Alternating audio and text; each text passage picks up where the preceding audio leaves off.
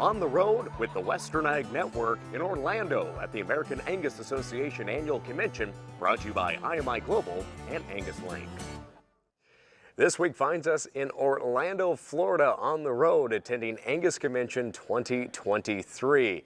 Our coverage is brought to you by IMI Global and Angus Link. To learn more about the opportunities that breeders and cow-calf producers have by participating in Angus Link and third-party verified programs, visit angus.org. Well, over 1,100 people registered for this year's event in Orlando, and folks have come from far and wide to look at the future of the Angus breed. And joining us here today is CEO of the American Angus Association, Mr. Mark McCully. And Mark, an exciting start to the convention. People are pretty enthusiastic about the cattle business, especially when there's profitability out there for cow-calf folks. But I guess what's it like here as we are continuing our convention this year? Yeah, fantastic. Well, it's great to have you. It's been a lot of optimism, not naive to the challenges that our ranchers and farmers in our industry are facing with rising, obviously, costs across every line on their budget, but tremendous optimism as it relates to the demand for our product. We're seeing some incredible prices. We know kind of how this supply situation's been coming and set up for some time. The cow-calf guy is going to be in the driver's seat for a while, which tends to put registered Angus breeders in a pretty good mood as well, right? So again, lots of optimism, just lots of things going in the right direction, and we're pretty excited about the future. Well, you mentioned the future during the opening general session in which you kicked off. You brought up the Jetsons, yeah, and of course. A great futuristic show back there in the 60s, but you really paralleled how items that were just a dream are now reality. And it's always good to look towards the future. But what were some of those things that you talked about at that opening session in terms of the future and especially looking at technology? Yeah, I mean, you're talking, the theme here is around innovation. We've been talking a lot about innovations, and I always emphasize first, innovation starts with people. It starts with great people with big ideas, willing to challenge the norms, willing to think differently, relearn, all of those things, of course. But then I think we're all aware of the role that technology plays today and the stimulus that it is around innovation. And I mentioned the Jetsons because I saw this great article about a month ago, and it talked about all of these things that the Jetsons, if you remember that cartoon from the 60s, that seemed so far-fetched, which are now, Zoom meetings and FaceTime and Peloton virtual instructors and robot vacuums and on and on and on, and smartwatches, things that they were on the show that, gosh, when we were watching them as young folks or in reruns, we thought, well, that's ridiculous. That'll never happen. And yet here we are. And I use it as a reminder that, we're talking about some pretty crazy innovation in technology out there today, whether it's the other AI, as we call it here, and artificial intelligence. Thinking about, all of the power that's in computing today, genomics, robotics, all these great new sensors, facial recognition. There is so much crazy technology going on. The challenge I had to our group was let's make sure we don't dismiss some things of, well, that'll never happen, because we probably thought that when we were watching the Jetsons.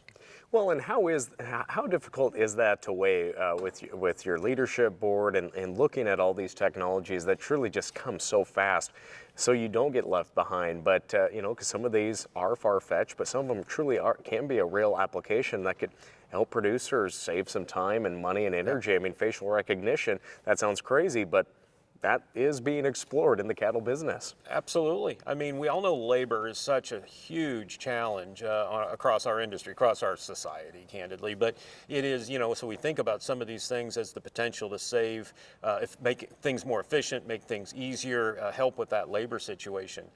We quickly go to the genetic evaluation. Think about, sensors and things we could measure, phenotypes, animal behavior, animal health and disease resistance, potentially things around grazing patterns. Who knows? All of that data that could potentially be put into a genetic evaluation could help us do a better job even describing genetics that might fit an individual region of the country or an individual operator's priorities. So lots of cool stuff going on there. And then there's some things out there that, candidly, as I teed up this morning, they're a little controversial, right? I mean, I don't even know how I feel about all these things some days, right? When we think about about, you know, when I'm talking and all of a sudden Siri starts talking to me and I wasn't talking to her, right? So sometimes I don't know I love it all. And there's some technologies out there. One of them is gene editing that we've been talking a lot about as a breed and as an industry here over the last couple years. And I guess my point is I think we always need to be open to considering what these technologies are, considering the impact that they could have, also considering risks and unintended consequences, and just have great dialogue, be open-minded. I think that's the heritage of our breeders, and I'm pretty sure it's going to be our future as well, as it relates to being innovative. Now, we mentioned earlier Angus Link sponsoring our coverage down here, but this association and the convention isn't just for those seed stock producers in general either. This is about providing opportunities for profitability for the heart of these seed stock producers, that being those commercial cattlemen and women. How is Angus Link going to be one of those programs that truly puts profitability in a different lineup for these producers? Yeah. Well, you know, we have 5 long-range objectives, and right at the center of those objectives is improve the profitability of the commercial producer, right? And I think that always has to be the drive of the seed stock industry and the genetics business, right? And so, you know, we do that first and foremost through the tools that we provide breeders, but commercial cattlemen to help in taking the direction, their herds in the direction that they want to take it. But at the same time, Angus Link is a program that's built to come alongside those commercial cattlemen that are investing in genetics and help them document that added value, that genetic merit that's in those feeder cattle. What we know is cattle feeders are far more in tune to genetics today than they've ever been. You know, 70+% of feeder cattle are black-hided, so they want Angus type cattle. They want those cattle, but they also want to know more about them. They want to know those cattle that can really come in and perform and can go capture all those dollars that are out there on grids today. And Angus Link is a program to help them do that. Well, Mark, I know it's a busy day here at convention, but just any thoughts you'd like to share with our audience watching or listening to our conversation here today? Oh, you think, you know, Jen, I hope everyone is as optimistic. I had a chance to visit with a Montana rancher the other day, and he's at the, he's towards the, you know, he's handing the reins off to the next generation in his operation. And he said, you know, Mark, there are so many opportunities out there. I wish I was 20 again. I wish there's opportunities out there that were never available to me when I came in this business. And I see that. They're not without some challenges, most definitely, but there's an awful lot of optimism. There's an awful lot of great ways. I'm excited. We get to work with a lot of young people that are excited about this business. They see a position for them in this business, and that gives me great hope about where we're going down the road. Well, Mark, thanks for taking a few moments with us, and I'll let you get back to your day at convention. It's always a privilege. Thanks for being here. Well, friends, stay with us. We're going to have more conversations here on the road this week in Orlando at Angus Convention 2023, right after these words. We've been told not to judge a book by its cover. The same could be said for your cattle. With more black cattle on the market today, wouldn't it be great to capture the extra value you've added to your herd? Angus Link makes cattle stand out. Enrolling in Angus Verified is an objective, reliable way to describe the genetic potential for your cattle, and it signals to buyers yours are different than the rest. The Genetic Merit Scorecard draws on the industry's largest database to evaluate calf genetics and predict performance potential from weaning to the packing plan with real-world data. Claim your competitive edge with Angus Verified and the Genetic Merit Scorecard. 2 programs under one Angus Link. Returning back here with our on-the-road conversations from Angus Convention 2023, brought to you by IMI Global and Angus Link.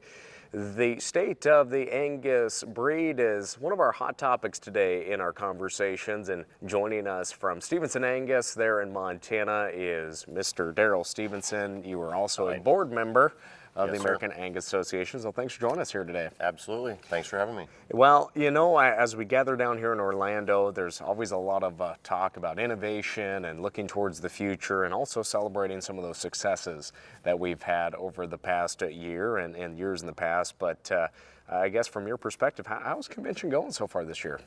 I think I said to you earlier the comment that optimism is soaring. The cattle market obviously helps, but the state of the breed, we've got so many exciting things going on. We've got a lot of members that have come into Florida. It's a long ways away. You know, good seminars, education, and the networking part, but this is our formal annual meeting where we elect a board of directors, and this is where the formal year-end stuff happens. But in addition to that, you ask about state of the breed. I mean, just 4 or 5 of the high points for the year. We're incredibly proud of Certified Angus Beef and what they continue to do. For the 8th year in a row, we cracked over 1 billion pounds, 1.2 billion pounds. That's just a lot of product, and we actually see no end in sight on that. And what's simply amazing to me is that we're able to still continue to do this in the face of such a tight supply, because the increased level of Angus influence in the national cow herd and the improved acceptance rate, which means better genetics across the board. So I can go on a long time about that. Other highlights, Angus Link, you and I talked about it earlier, is our feeder calf marketing program, and it's actually exploded in my opinion. Consignments were up 300% this year from last year, not only from the production sector, they're getting it, but from the feedlot end as well. Margins are thin for these feedlots, and they want cattle that can perform and that are predictable, and this is the one program in the industry that can get them to qualify for the premiums of either prime or CAB qualification.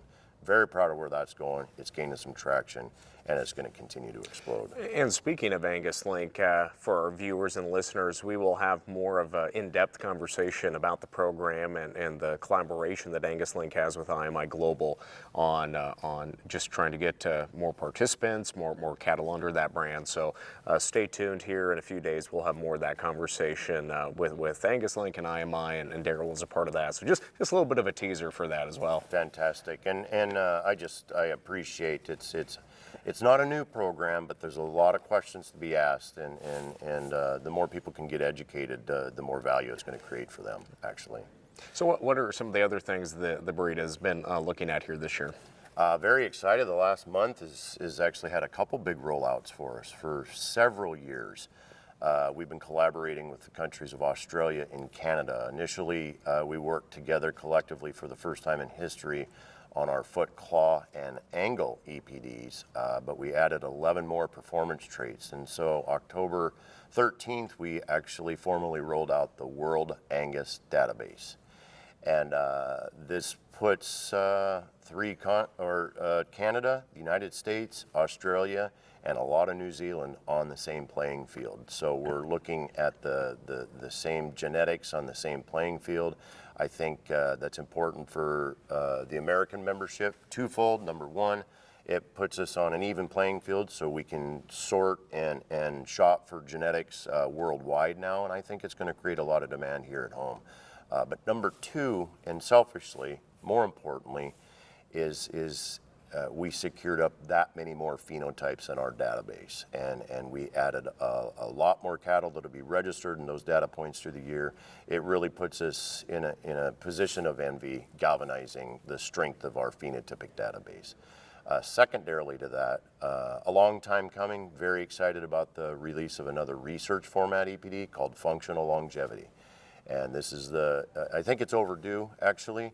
And this is our measurement or gauge of a sire's daughter's ability on how many calves they will raise in their lifetime. And I think that this will eventually be a standard of maternal selection within the industry. And I think it's going to not only be important on the registered seed stock member, but this will flow clear down to the demands of the commercial industry as well. Currently working on teat and udder score measurements, and eventually that'll be released into a research format EPD probably by next winter or spring as well. So pretty exciting stuff coming out all at once.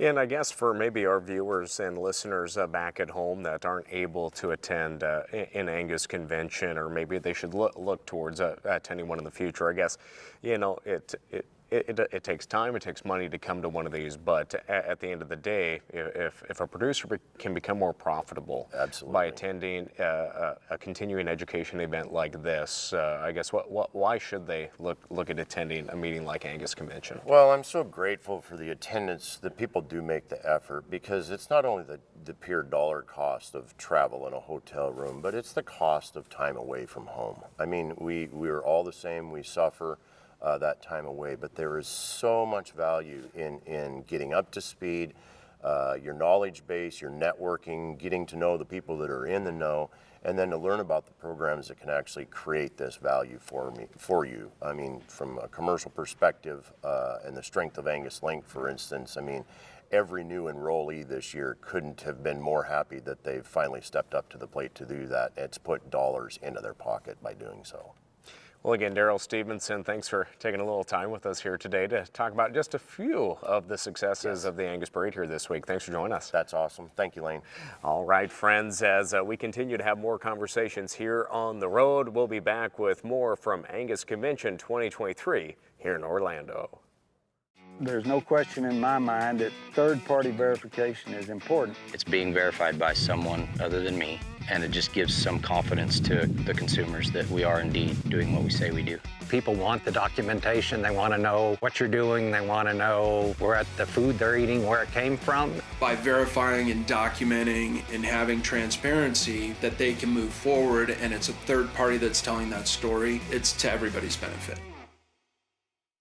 As we continue our conversations on the road at Angus Convention 2023, looking at the opportunities for that next generation of Angus members and leaders in the livestock industry, we are learning more about the National Junior Angus Association, and joining us is Secretary of the National Junior Angus Board, Miss Avery Mather of Iowa, and Director of Events and Junior Activities, Caitlin Brandt, is joining us here from Convention. But overall, how are things going at Convention here this year? Avery, I'll start with you. Great. It was my first time attending, and it was really cool to be able to meet with a lot of producers that I haven't been able to in the past, and explore the trade show.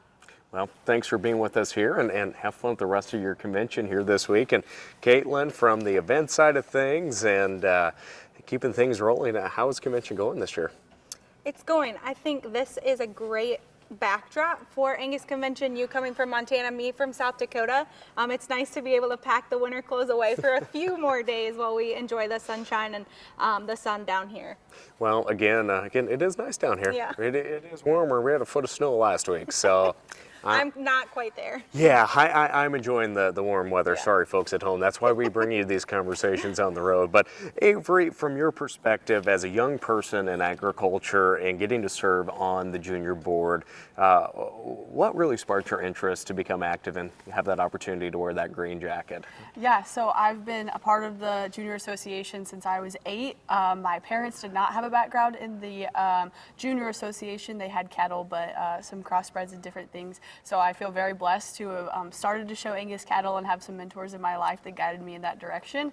And then, go into the shows, and my parents were really advocates for the leadership conferences, and started going to those when I could. At 14, the first one I went to was in South Dakota, up in Caitlin's neck of the woods, and that started my aspirations to be a green jacket and give back what the ones before me gave to me. So Avery, what are some of those opportunities that folks can look at on the activities-wise, how they can participate, and maybe know that there's no barriers to entry? Yeah, that's a huge thing. So I'll start with some of the leadership conferences that I always enjoyed, and really how I got involved in the association was Raising the Bar, a conference that we have in the spring, and then Leaders Engaged in Angus Development, we call it LEAD for short, in the fall.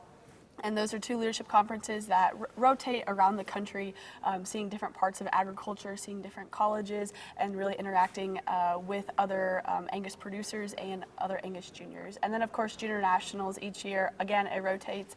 It's a week-long event of fellowship and good Angus cattle, but not to mention a lot of the contests that we have. There's such a huge variety of contests for anyone of any background, no matter if you come from, maybe a show, an operation focused on the show side of things, or more production or numbers. Really, anyone can get involved in any of those contests. Well, again, they're great activities, and you're lucky to be able to participate in those, and thanks for talking more about those opportunities for youth out there. And Caitlin, from your perspective, how can youth become more active in the junior side of things, but also what are some of those learning opportunities that come along with it too? I think that's the biggest thing that we harp on when we talk to the junior board is it's more than just showing cattle. There's a lot of opportunities, like Avery said, there's so many people that are not super active in the show ring, super active in those activities, but they come to the lead conferences, they come to Raising the Bar, they build that network of those people. You know, there's Oklahoma people meeting with California people for the first time, and they're gonna see each other at the next one and continue to build that relationship. And I think it's really cool that a past junior board member said that when I go anywhere across the country, if I break down on the side of the road, they have a junior, they have a mom or a dad of a junior they can call and say, hey, can you come help me out? And that's really what we're trying to do, is build that network and build the next generation.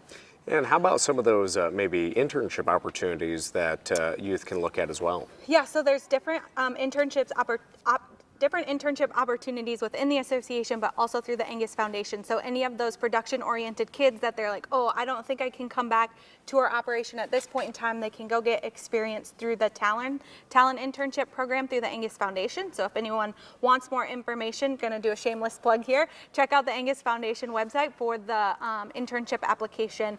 Great hands-on experiences to ranches across the country and widen your horizons.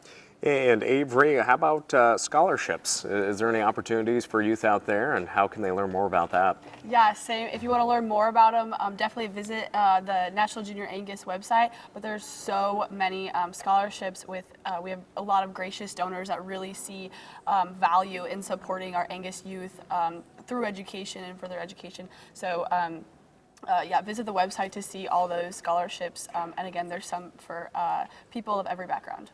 They are due May 1st, the scholarship applications, and like Avery said, there's one for everyone, whether you're going to a trade school or you're interested in